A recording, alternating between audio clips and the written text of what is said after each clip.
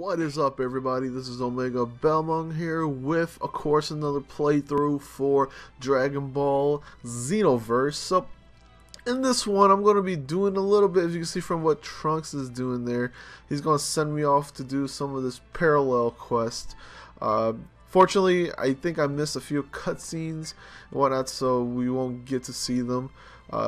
Because something happened, of course. Things always happens to me when I try to record it, and I had to cut that out. Unfortunately, unlike the other games where you could kind of go back and, you know, do it or change some little things around, you can't do it for this one. But anyways, Trunks has given me a old modeled scouter. As you can see from there, it's a green scouter, just kind of like the ones you've seen pretty much when Frieza, I mean not Frieza, when Vegeta, during the Saiyan saga I should say, when Vegeta and Nappa actually landed on Earth. I think theirs were green, because Bulma has one that was green from Raditz. So of course you get the scouter here, and it's actually pretty cool stuff, just because the fact that you can actually scan enemies. I don't know if you can scan NPCs right now. As far as I can see, I don't think you can. I was kind of, you know, messing around with it, and I didn't see anything, but you can actually scan enemies, and it was freaking awesome. So anyways, this is where you do the parallel quest. It gives you kind of like a different look at a I shouldn't say different look. It's just, you know, go do this, and then you get points and EXP and money and little things like that. So if you can see from that screen, it's pretty much a task thrown in by Trunks. Of course, this is the first parallel quest, so they're going to make it a little easy. So here it is. Trunks is actually, we're actually going to go to these time capsules, kind of like what Trunks came in with when he came to help Goku and them out. So you get your own little time capsules to go to the next, you know, next, not dimension, but parallel universe, I guess. But it's actually kind of a cool, you know, little scene here. You get, not scene, but a cool little playground you get to do here. So, as you see from there, I'm trying to see his power level. You can't see his power level. We can see his level. So that's pretty cool. He's level 3, which is kind of cool.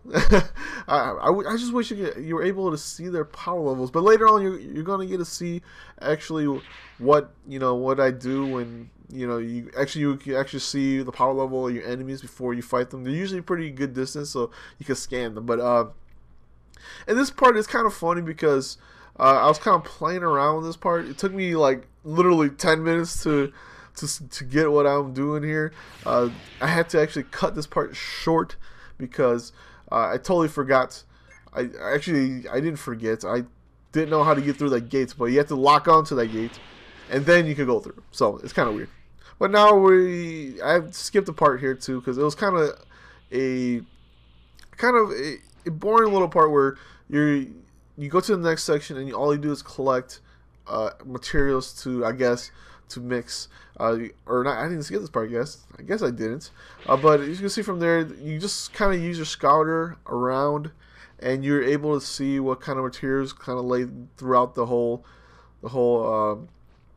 area here. I feel like the controls when you're in open world kind of deal here, it's a little bit tough to do, just because with it's kind of like playing the game, you know, the battles itself. You have to use was it L2 to go faster, I don't remember, it was like X to go up or something like that, and then to go down you have to press the L3 button. So it's a little weird to kind of play around. As you can see me struggling, I'm struggling bad at this part.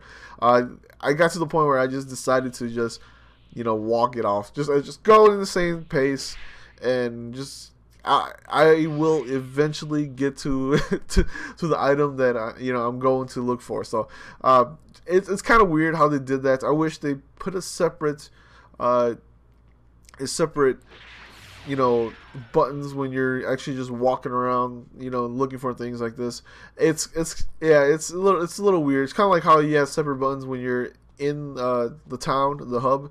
So it's kind of, I just wish they kind of changed that up. And when you're in this kind of world where there isn't, you know, battles or anything like that, you can just fly normally.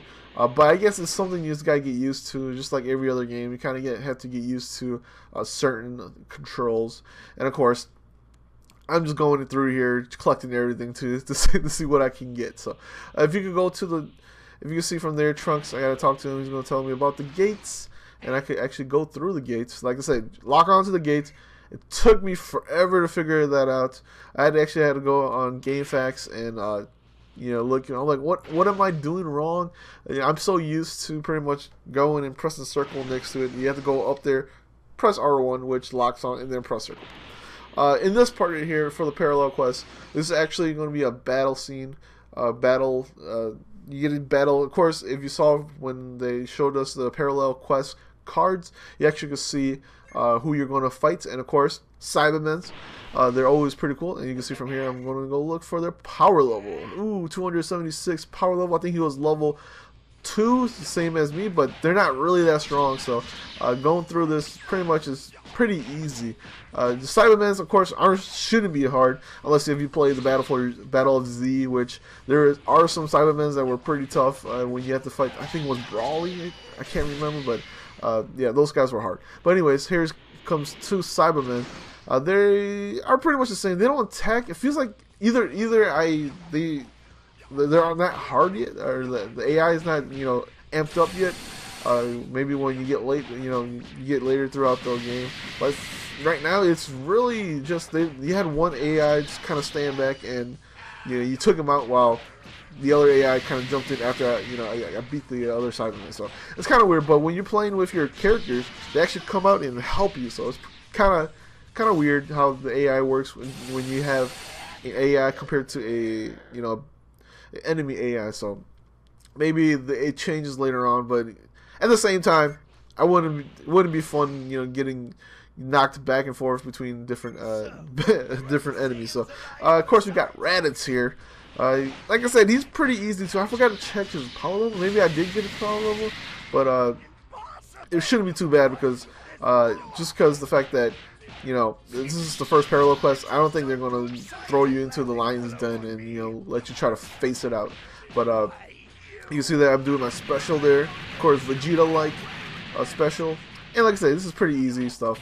I kind of just was hoping to finish him off with that special attack, because I think you get something special maybe if you do a special attack. Maybe not, maybe you do. But that's how it is. So, of course, you get your EXP screen here. 157 keeps going up. 204. Of course, I'm going to level up. I'm going to get 3 more attributes and some items, and that's pretty much it. And a trophy there. So I'm completing my first parallel quest. Will net you a trophy. So, anyways, hopefully you guys enjoy the video here, and hopefully I see everybody next time with some more Dragon Ball Xenoverse.